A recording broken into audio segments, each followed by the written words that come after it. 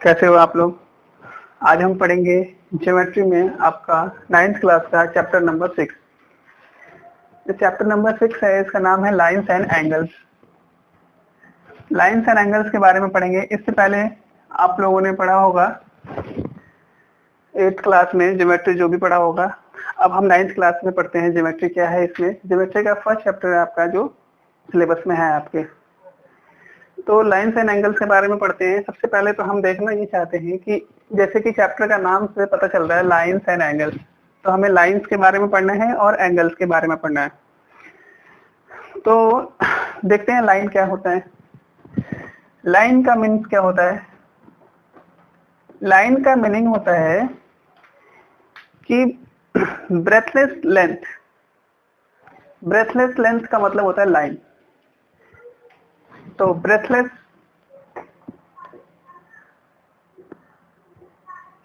length is known as या is called a line। मान लीजिए ये कोई लेंथ है, ठीक है, और इसकी कोई भी ब्रेथ नहीं है, कोई भी चौड़ाई नहीं है, सिर्फ ओनली लेंथ है, लंबाई है। दैट मीन्स इसको हम लाइन कहेंगे। अच्छा, इसके बाद क्या होता है कि लाइन का कोई एंड पॉइंट नहीं होता है। इसको हम लाइन को इनफाइनाइटली किसी भी साइड, दोनों साइड हम बढ़ा सकते हैं। उसके बाद क्या है, a line has no end point. ये लाइन इस डायरेक्शन में इनफाइनाइटली बढ़ सकता है, ये लाइन इस डायरेक्शन में इनफाइनाइटली बढ़ सकता है। तो इसे हम कहेंगे लाइन कहेंगे। ये होता है हमारा लाइन। लाइन का मतलब कि जो, इसका नाम दे दीजिए एक ए और एक बी। तो ए बी जो है इधर इनफाइनाइटली बढ़ा सकते हैं और इस ए को इधर और ये पॉइंट बी को इधर। इसका मतलब कि ए बी एक लाइन है। अब कैसे रिप्रेजेंट करते हैं, तो रिप्रेजेंटेड बाई ए बी ऐसे लिख देंगे हम, और ए बी के ऊपर ऐसे एक लाइन का सिंबल बना देंगे। तो इसका मतलब क्या हुआ कि ये लाइन को हम ऐसे रिप्रेजेंट करते हैं। ये है आपका लाइन। उसके बाद हमें देखना है लाइन सेगमेंट क्या होता है। कुछ बेसिक चीजें हैं जो चैप्टर स्टार्ट से पहले करना है हमें। लाइन सेगमेंट की बात करते हैं। देखिए, लाइन के बारे में तो आपने देखा अभी लाइन क्या होता है ऊपर। लाइन का मतलब कि ब्रेथलेस लेंथ को हम लाइन कहते हैं, मतलब जिसका ओनली लेंथ हो, ब्रेथ ना हो, उसे हम लाइन कहते हैं। लेकिन यहाँ पर क्या है, लाइन सेगमेंट। अब देखिए सेगमेंट का मीनिंग क्या होता है। सेगमेंट का मीनिंग होता है यहाँ पे पार्ट। पार्ट का मतलब हिस्सा, हिस्सा का मतलब पोर्शन। तो लाइन के पार्ट को, लाइन के पोर्शन को हम लाइन सेगमेंट कहते हैं।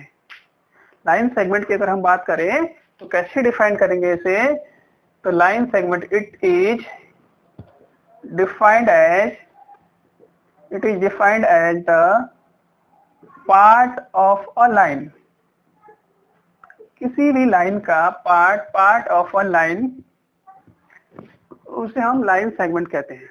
जैसे देखिए ये एक लाइन सेगमेंट है आपका, A B is a line segment. कैसे रिप्रेजेंट करेंगे इसको, रिप्रेजेंटेड बाय, मान लीजिए इस लाइन को हम ए बी लाइन सेगमेंट को कैसे रिप्रेजेंट करेंगे, ए बी के ऊपर एक ऐसे बना देंगे, इसे हम एक लाइन सेगमेंट कहेंगे। लाइन सेगमेंट का मतलब हुआ कि लाइन का पोर्शन, लाइन का पार्ट, लाइन का हिस्सा, ठीक है, इसे हम पार्ट कहते हैं। हिंदी में इसे खंड कहते हैं, मतलब टुकड़ा। तो लाइन का एक टुकड़ा, उसे हम लाइन सेगमेंट कहते हैं। अब आपके बारे आती है, इसके बाद से आता है रे। रे मीन्स क्या होता है, रे का मतलब होता है कि part of line, a part of line with one end point is known as या is called a ray, is called a ray। देखिए ये लाइन का ये भी एक पार्ट होता है, लेकिन इसमें क्या होता है, वन एंड पॉइंट होता है। जैसे यहाँ लाइन सेगमेंट में दो एंड पॉइंट है, लाइन का कोई एंड पॉइंट नहीं है, यहाँ दो एंड पॉइंट है। रे में क्या होगा, एक एंड पॉइंट होगा बस, ऐसे ये हो गया। और एक ए ओ दे दो और यहाँ पे कुछ नाम दे दो ए, तो ओ ए एक रे हो गया। कैसे रिप्रेजेंट करेंगे उसे, ओ ए और उस पे एक ऐसे एरो लगा देंगे, तो ये हो गया आपका रे। रे में क्या होता है कि वन एंड पॉइंट, बस सिर्फ एक एंड पॉइंट होता है। और लाइन सेगमेंट क्या होता है, पार्ट ऑफ अ लाइन। और लाइन क्या होता है, ब्रेथलेस लेंथ को हम लाइन कहते हैं। लाइन सेगमेंट, लाइन के पार्ट को, लाइन के हिस्से को हम लाइन सेगमेंट कहते हैं। अब रे का मीन्स क्या होता है कि जिसका वन एंड पॉइंट हो, सिर्फ एक ही एंड पॉइंट हो, तो उसे हम कहते हैं रे कहते हैं। अब देखिए इसके बाद आता है collinear point. Collinear points, collinear points का मतलब क्या होता है, कोलिनियर पॉइंट्स का मतलब होता है, मान लीजिए तीन या तीन से ज्यादा पॉइंट्स हो, ठीक है, और वो तीन पॉइंट या तीन से ज्यादा पॉइंट कोलिनियर कब कहलाएंगे, जब तीनों पॉइंट या तीन से ज्यादा जितने भी पॉइंट है वो सारे पॉइंट्स एक स्ट्रेट लाइन पे लाई करेंगे, that means they are said to be collinear points. If three और more points, three or more points lie on a straight line, straight, ध्यान दीजिए, straight line, then they are said to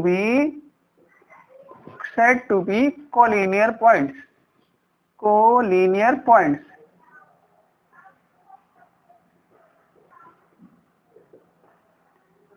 देखिए इसके नाम से भी वैसे पता चल रहा है कि यहाँ पे नाम में आपका है लीनियर यूज किया गया। लीनियर का मतलब होता है स्ट्रेट, तो जो पॉइंट स्ट्रेट लाइन पे आए उसे हम कोलिनियर पॉइंट कहते हैं। मान लीजिए एक आपका स्ट्रेट लाइन है, यहाँ पे पॉइंट है ए बी सी डी, मान लीजिए मैंने 4 पॉइंट लिखा है, तो ये चारों एक स्ट्रेट लाइन है एल मान लीजिए, तो ये चारों जो है एल लाइन पर लाई कर रहे हैं, तो इसका मतलब क्या हुआ, ये कोलिनियर है। अदरवाइज ये नहीं लाई करेंगे तो हम इसे कोलिनियर नहीं कहेंगे, इसे क्या कहेंगे, non collinear point. Otherwise they are said to be non collinear points, ठीक है। अगर देखिए, अगर ये मान लीजिए एक लाइन ए पॉइंट यहाँ हो, बी यहाँ हो, सी यहाँ हो, डी यहाँ हो, तो इस तरह से क्या हुआ कि ये नॉन कोलिनियर पॉइंट्स हो गए। मतलब ये जो है नॉन कोलिनियर पॉइंट्स, ये नॉन कोलिनियर पॉइंट इसलिए है क्योंकि ये एक ही लाइन में लाई नहीं कर रहे हैं, ठीक है, तो इसीलिए इसे हम नॉन कोलिनियर पॉइंट कहेंगे। तो कोलिनियर पॉइंट हो गया आपका, नॉन कोलिनियर। अब हम आगे बात करेंगे एंगल्स क्या होते हैं। एंगल्स के बारे में हमें पढ़ना है, तो देखते हैं एंगल क्या होता है।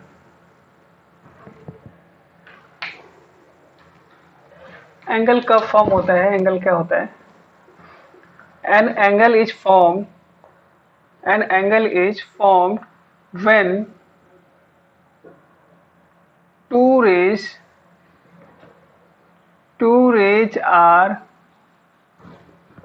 originated from same end point,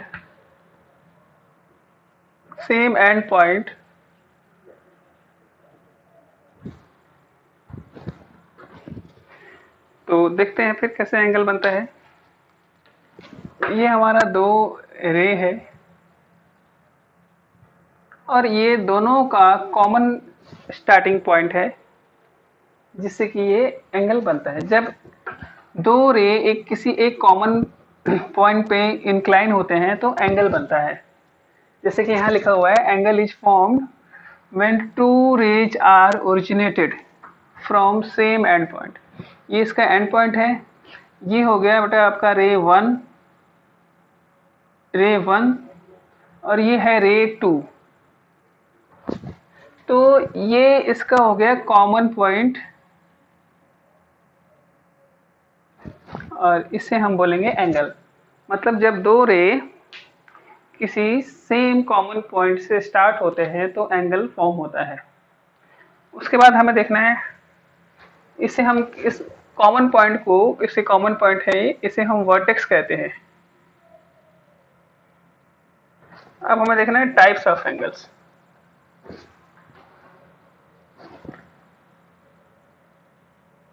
types of angles. First angle जो है आपका एक्यूट एंगल होता है। एक्यूट एंगल, एक्यूट एंगल का मतलब होता है, एक्यूट एंगल का मतलब होता है जो एंगल 90 से छोटा हो और 0 से बड़ा। तो यहां लिखेंगे हम angle greater than 0, angle greater than 0, angle greater than 0 और less than 90 degree known as acute angle. Acute angle का मतलब हुआ कि जो एंगल 0 से छोटा हो और 90 से बड़ा हो उसे हम कहेंगे एक्यूट एंगल। तो देखिए एक्यूट एंगल को कैसे रिप्रेजेंट करते हैं। ये आपका एक्यूट एंगल हो गया। ये ऐसा एंगल है जो 90 से छोटा है और 0 से बड़ा है। इसके बाद आएगा दूसरा, जो आएगा आपका आएगा ऑब्ट्यूज एंगल। ऑब्ट्यूज एंगल का मतलब होता है कि जैसे यहाँ पे एक्यूट एंगल था 0 से बड़ा और 90 से छोटा, यहाँ ऑब्ट्यूज का मतलब हुआ 90 से बड़ा और 180 से छोटा। तो यहाँ पे कैसे डिफाइन करेंगे, एंगल ग्रेटर देन 90 और less than 180 known as obtuse angle. तो ऑब्ट्यूज एंगल का मतलब हुआ 90 से बड़ा और 180 से छोटा। इसके बाद हम पढ़ेंगे इसको कैसे रिप्रेजेंट करेंगे। ये देखिए, ये जैसे हो गया आपका ये ऑब्ट्यूज एंगल हो गया। अब हम देखते हैं राइट एंगल क्या होता है। राइट एंगल के बारे में देखते हैं। तो राइट एंगल का मतलब हुआ angle which is exactly 90 degree. जो एंगल 90 डिग्री का होता है उसे हम राइट एंगल कहते हैं। ऐसे ही इसके बाद आता है आपका स्ट्रेट एंगल। इसको कैसे रिप्रेजेंट करते हैं, ऐसे, ये 90 डिग्री का साइन है। इसके बाद हम देखेंगे straight angle.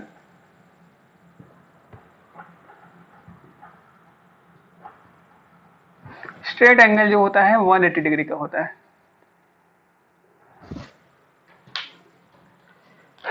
Angle equal to 180 degree. जो 180 डिग्री का एंगल होता है उसे हम स्ट्रेट एंगल कहते हैं। इसको ऐसे रिप्रेजेंट करते हैं, ये आपका एक लाइन हो गया और ये मान लो OAOB।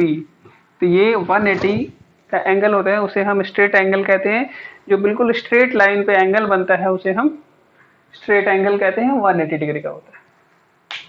इसके बाद हम देखेंगे reflex angle. Reflex angle, reflex angle क्या होता है? एंगल ग्रेटर देन 180 डिग्री और less than 360 degree, known as reflex angle. तो जो एंगल 180 से बड़ा हो और 360 से छोटा हो उसे हम रिफ्लेक्स एंगल कहते हैं। इसको कैसे देखिए,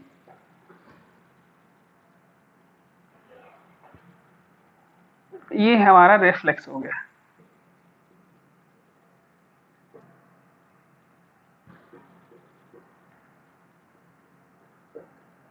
तो इस तरह से हमने एंगल के टाइप देख लिए। अब हम आगे देखेंगे pair of angles. Complementary angle का मतलब होता है दो एंगल जिसका सम एग्जैक्टली 90 डिग्री हो, उसे कॉम्प्लीमेंट्री एंगल कहते हैं। Two angles whose sum is 90 degree known as complementary angles। complementary angles, देखिए अगर एक एग्जांपल है कॉम्प्लीमेंट ऑफ 60 डिग्री, मतलब अगर हमें 60 डिग्री का कॉम्प्लीमेंट निकालना है तो कैसे निकालेंगे? इक्वल होगा, आपका इक्वल होगा 90 minus 60 equal to 30 degree. That means कि कोई भी एंगल का अगर हमें कॉम्प्लीमेंट निकालना है, किसी भी एंगल का कॉम्प्लीमेंट निकालना है तो हम उस एंगल को 90 से माइनस कर देंगे, उस एंगल को 90 से माइनस कर देंगे। अब देखते हैं, यहाँ लिखा हुआ two angle whose sum 90 degree होना चाहिए। तो देखिए एक तो पहला एंगल 60 था और 60 का कॉम्प्लीमेंट्री जो है 30 है। 60 और 30 को प्लस करेंगे तो कितना आ रहा है? 90 आ रहा है। ठीक है, अच्छा एक चीज और देखते हैं example. Angle which is equal to its complement equal to कौन सा एंगल होगा? 45 डिग्री। 45 डिग्री, 45 जो होता है अपने कॉम्प्लीमेंट के इक्वल होता है, क्योंकि अगर हम 45 का कॉम्प्लीमेंट निकालते हैं तो 90 minus 45, 90 minus 45 equal to 45, that is 90 minus 45 equal to 45। तो हमने एंगल लिया है 45 और कॉम्प्लीमेंट कितना आ रहा है? 45। कॉम्प्लीमेंट्री पेयर के बाद हम पढ़ेंगे दूसरा सप्लीमेंट्री एंगल्स। सप्लीमेंट्री एंगल्स का मतलब होता है कि दो एंगल जिसका सम 90 डिग्री हो। तो सप्लीमेंट्री एंगल्स में क्या होता है?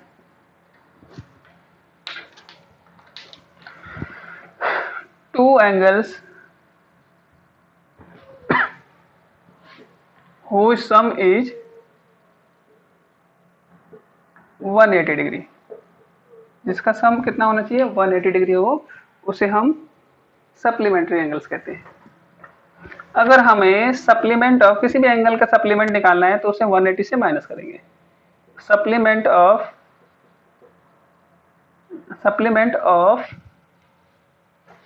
110 equal to 180 minus 110 equal to 70 degree. तो देखिए हमने एंगल लिया 110, इसका सप्लीमेंट आया 70 डिग्री। दैट मीन्स ये दोनों एक दूसरे के सप्लीमेंट्री है। चेक करने के लिए इन दोनों को ऐड करेंगे तो 180 के इक्वल आएगा। तो ये क्या हो गए? सप्लीमेंट्री हो गए। ऐसे ही एक angle which is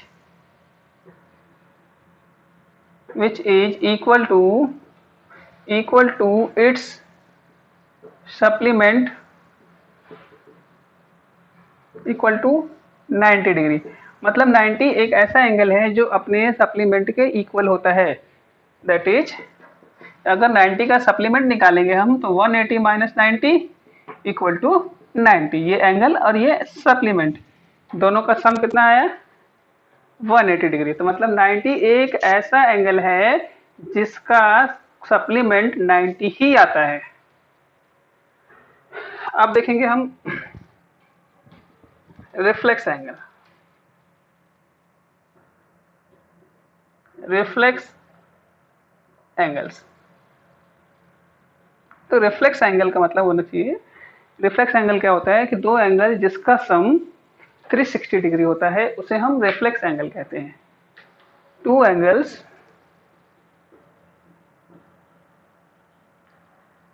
whose sum is equal to 360। अच्छा, अगर हमें किसी भी एंगल का रिफ्लेक्स निकालना है तो 360 से माइनस करना पड़ेगा।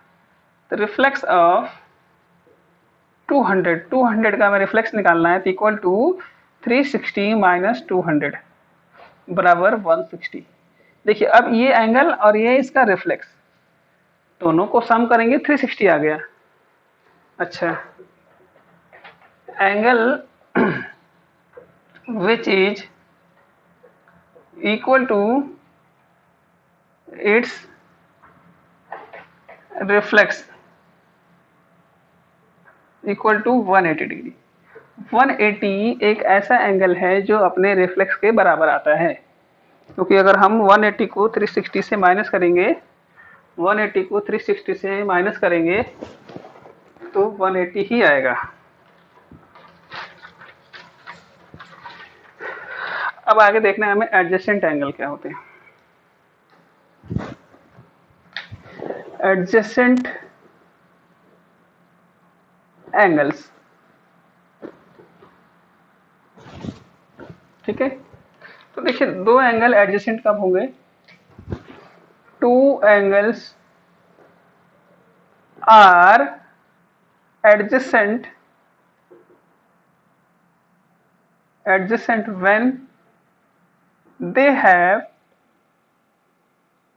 when they have क्या होना चाहिए इनके पास। तो फर्स्ट पॉइंट देखते हैं, सबसे पहले तो कॉमन वर्टेक्स होना चाहिए इनका, common vertex, and second common arm side, common arm side. तो इस हम कहेंगे इसे एडजेसेंट एंगल कहेंगे। देखते हैं एक डायग्राम के द्वारा।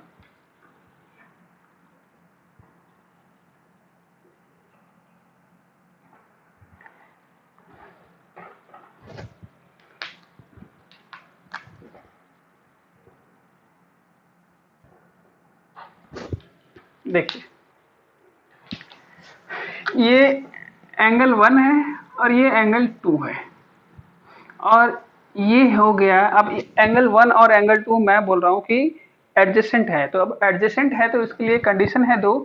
तो ये एंगल 1 का वर्टेक्स भी ये O है और एंगल 2 का वर्टेक्स भी O है, मतलब ये क्या हुआ, कॉमन वर्टेक्स हो गया दोनों के लिए, कॉमन वर्टेक्स हो गया। अच्छा, अब एक चीज और है कॉमन आर्म। इस एंगल 1 में देखेंगे और 2 में तो ये दोनों के लिए कॉमन है, ये इसे बोलेंगे कॉमन आर्म। तो इस तरह से ये दोनों एंगल जो हुए क्या हुए, एडजेसेंट एंगल हुए। ठीक है, एडजेसेंट एंगल होने के लिए क्या होना चाहिए, वर्टेक्स, कॉमन वर्टेक्स होना चाहिए और आर्म साइड एक कॉमन होना चाहिए, जिससे एंगल क्या होते हैं, एडजेसेंट होते हैं। अब हमें पढ़ना है लीनियर पेयर। लीनियर पेयर, देखिए लीनियर पेयर कैसे होता है। जैसे कि आपने देखा एडजेसेंट एंगल, अब एडजेसेंट एंगल ऐसे भी हो सकता है कि ये एक लाइन बना, मान लीजिए ए ओ और ये बी, और एक इस पे ये लाइन है सी, ए और बी। तो अब ये लीनियर पेयर क्या होता है, जैसे नाम से पता चल रहा है स्ट्रेट, लीनियर का मतलब होता है स्ट्रेट। तो मैं बोल रहा हूँ कि ये लीनियर पेयर है। अब कैसे, अब यहाँ देखिए ए और बी जो है दो एडजेसेंट एंगल है ये। अब एडजेसेंट क्यों है? क्योंकि इनके बीच का ये जो वर्टेक्स है कॉमन वर्टेक्स है, ए के लिए भी वर्टेक्स ओ है, बी के लिए भी वर्टेक्स ओ है। और एंगल ए और बी का जो कॉमन आर्म है, ये कॉमन आर्म, और ये जो है कॉमन वर्टेक्स। तो अब देखते हैं लीनियर पेयर कब होता है। जब किसी एडजेसेंट एंगल के नॉन कॉमन साइड या non common arm straight line हो तो वो लीनियर पेयर फॉर्म करता है। when two non-common arm of two adjacent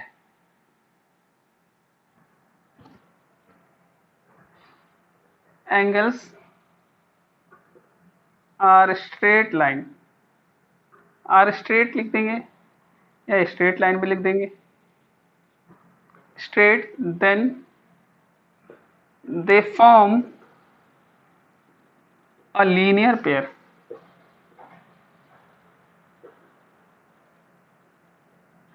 ठीक है, तो ये लीनियर पेयर बनाएंगे। अब लीनियर पेयर में जो दो एडजेसेंट एंगल होते हैं उनका सम 180 होता है। तो यहाँ पे अगर हम देखेंगे कि मैं a प्लस बी जो होगा किसके इक्वल होगा, 180 के इक्वल होगा।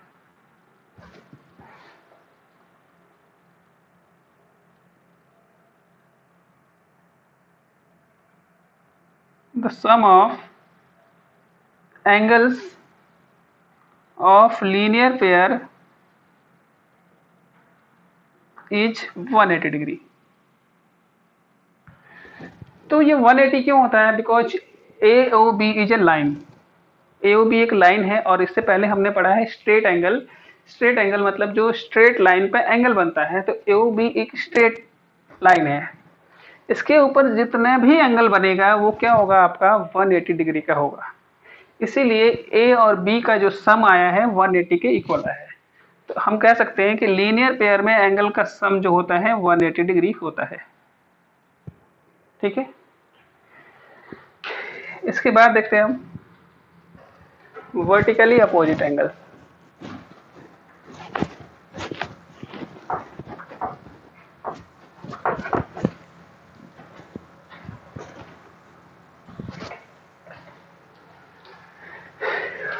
Vertically opposite angles. तो देखते हैं वर्टिकली अपोजिट एंगल्स क्या होते हैं, कैसे बनता है वर्टिकली अपोजिट एंगल।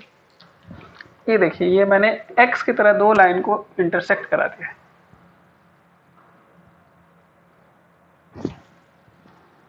ठीक है,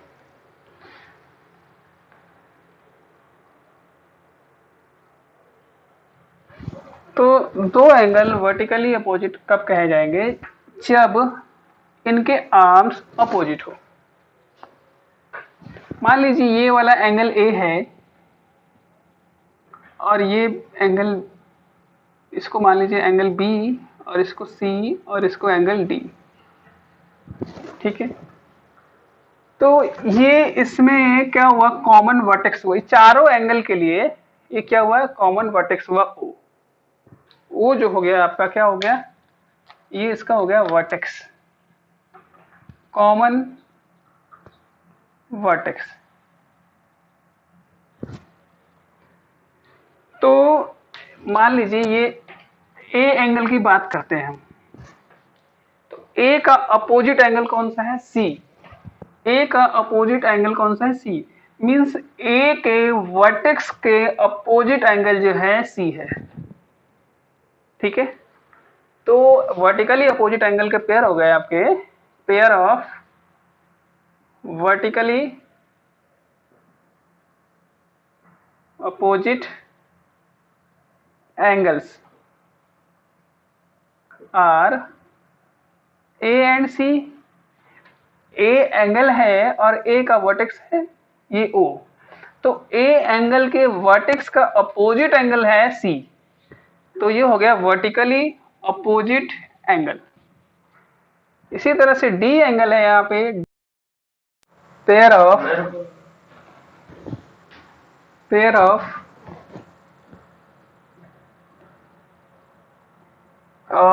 एंगल्स।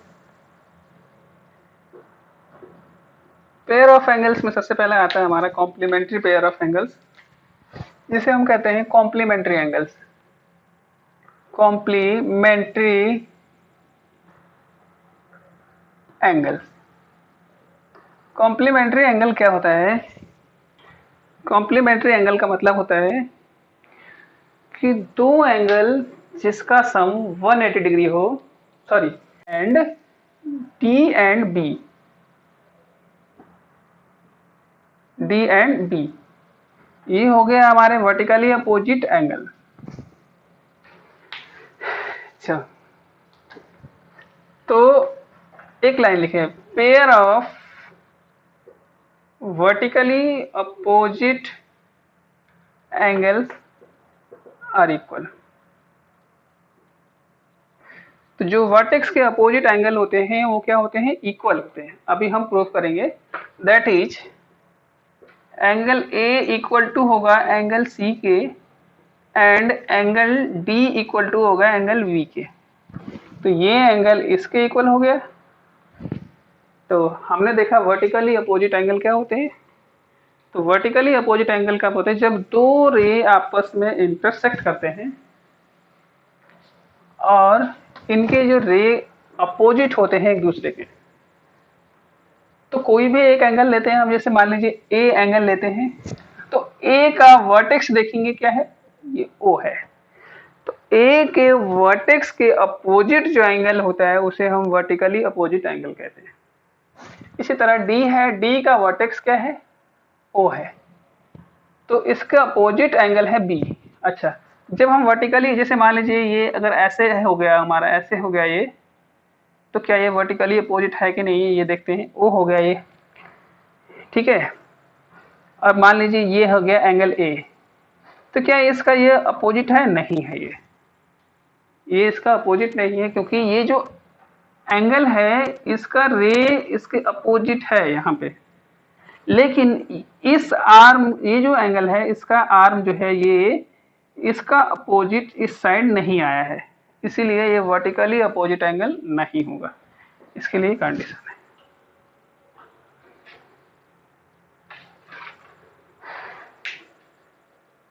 हो गया क्या?